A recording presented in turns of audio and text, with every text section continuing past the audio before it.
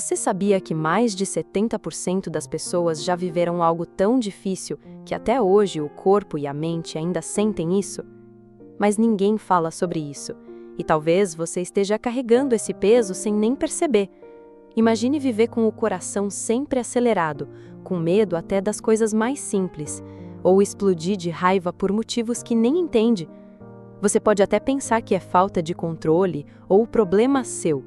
Mas e se eu te dissesse que isso é o seu corpo tentando te proteger de uma dor que ficou guardada?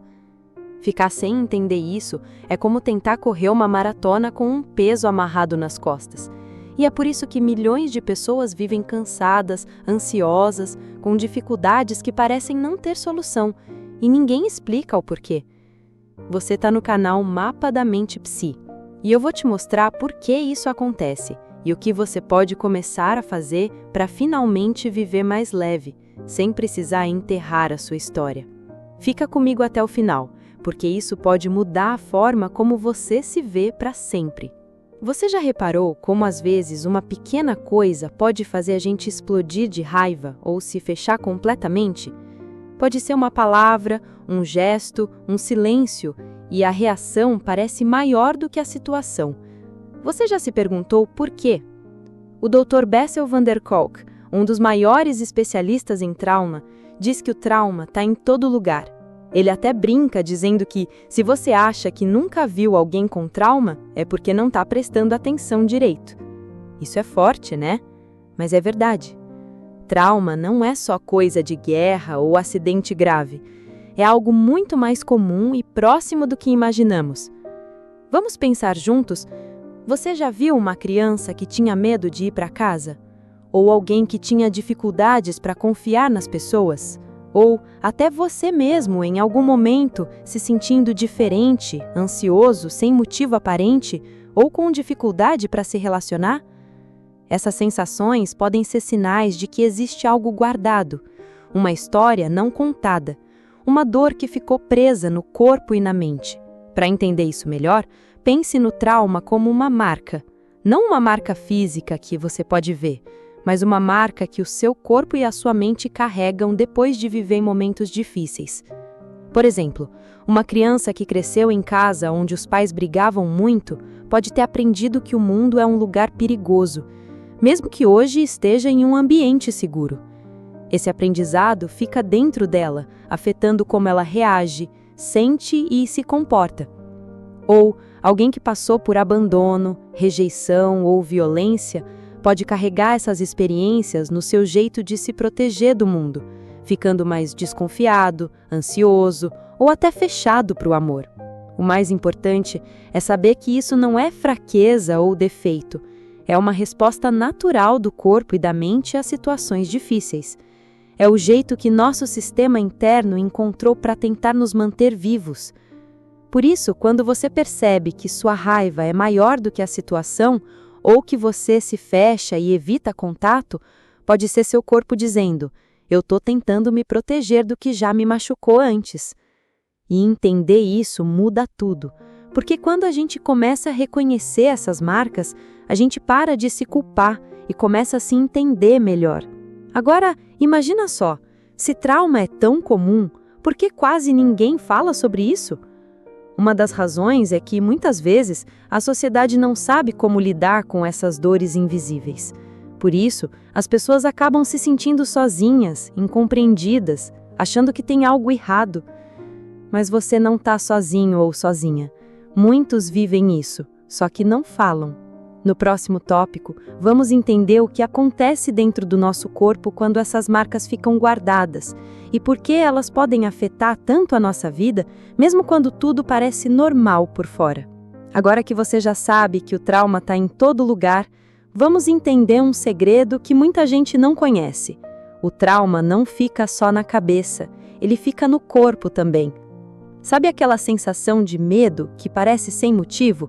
Ou aquela vontade de fugir quando alguém levanta a voz? Isso acontece porque nosso corpo é como um detector de perigos, e às vezes ele fica ligado para sempre. Quando passamos por algo muito difícil, nosso corpo entra num modo especial chamado sobrevivência. Ele tem 3 jeitos principais de reagir: lutar, fugir ou congelar. Lutar é quando a gente tenta enfrentar o problema. Fugir é tentar escapar. Congelar é como se o corpo desligasse para não sentir a dor. Essas respostas são naturais e servem para nos proteger quando estamos em perigo. O problema é quando o corpo continua reagindo assim, mesmo que o perigo já tenha passado. Imagina só, você está em um lugar tranquilo, mas o seu coração dispara, sua respiração fica rápida, você fica tenso, como se estivesse prestes a lutar ou correr. Isso é o corpo preso naquele momento de medo ou dor que não conseguiu se desligar. O Dr. Bessel van der Kolk explica que o trauma entra pelos nossos sentidos, o que a gente vê, ouve e sente na pele, e vai para uma parte muito antiga do cérebro, que não entende palavras, só sensações. Por isso, às vezes, é difícil explicar com palavras o que sentimos. Por isso que alguém pode não entender por que fica com medo, irritado ou triste sem uma razão clara. O corpo está falando por ele. É um aviso que diz: "Ei, algo aqui não está bem." E o que acontece é que essas sensações ficam escondidas no corpo, causando cansaço, ansiedade, raiva ou tristeza, mesmo que a pessoa não saiba o motivo. Mas tem uma notícia importante. O corpo também pode aprender a se acalmar. Com a ajuda certa, a gente pode começar a perceber essas sensações, entender o que elas querem dizer e dar espaço para que o corpo volte a se sentir seguro. E isso faz toda a diferença na nossa vida. A gente passa a ter mais calma, mais paciência com os outros e com a gente mesmo.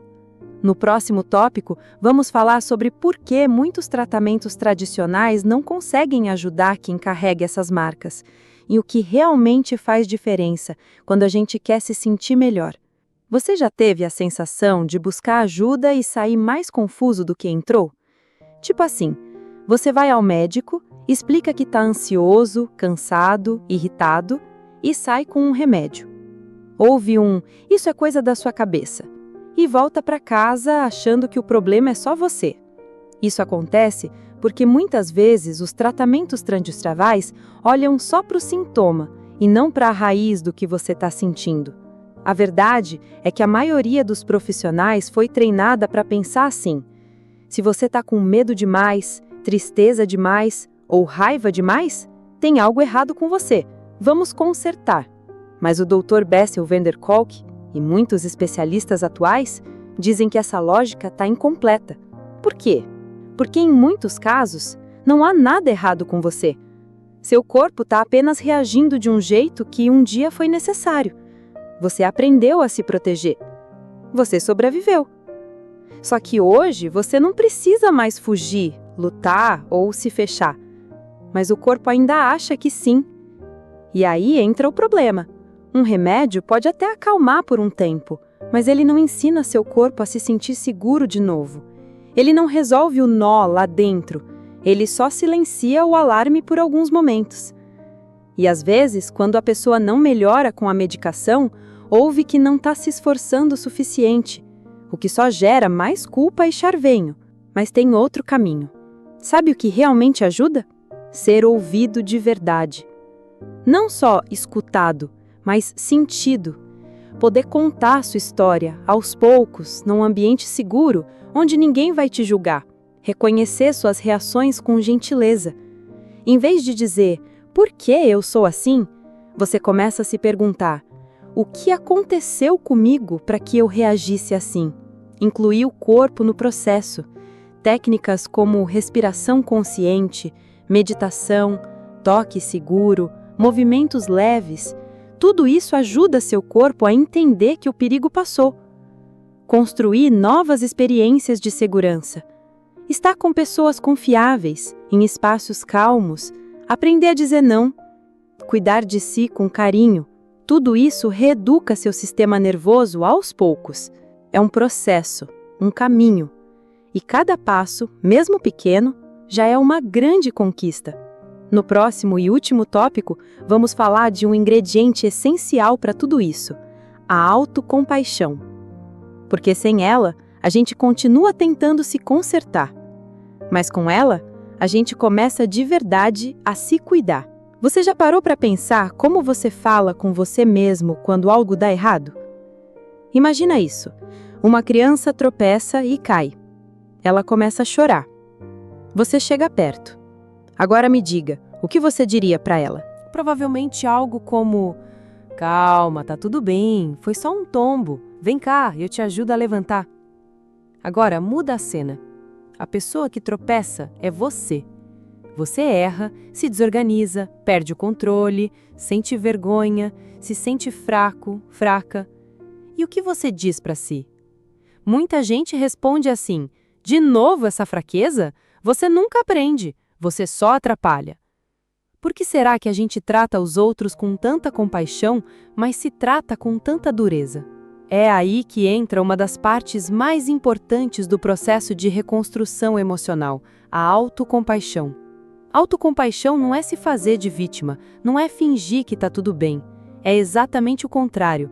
É reconhecer que as coisas doem, sim, que você passou por momentos difíceis, que nem sempre soube como lidar e que isso não faz de você uma pessoa fraca, faz de você humano, humana.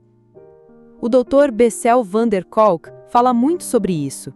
Ele diz que um dos primeiros passos para sair do ciclo da dor é parar de se enxergar como alguém quebrado e começar a se enxergar como alguém ferido, que está tentando continuar. Vamos pensar juntos. Quando você sente raiva do nada, se fecha, se cobra demais ou repete comportamentos que você mesmo não entende, essas reações não são problemas, elas são tentativas antigas de proteção. São partes suas tentando evitar que você sinta aquela dor de novo. Talvez você nunca tenha aprendido a se sentir seguro, segura.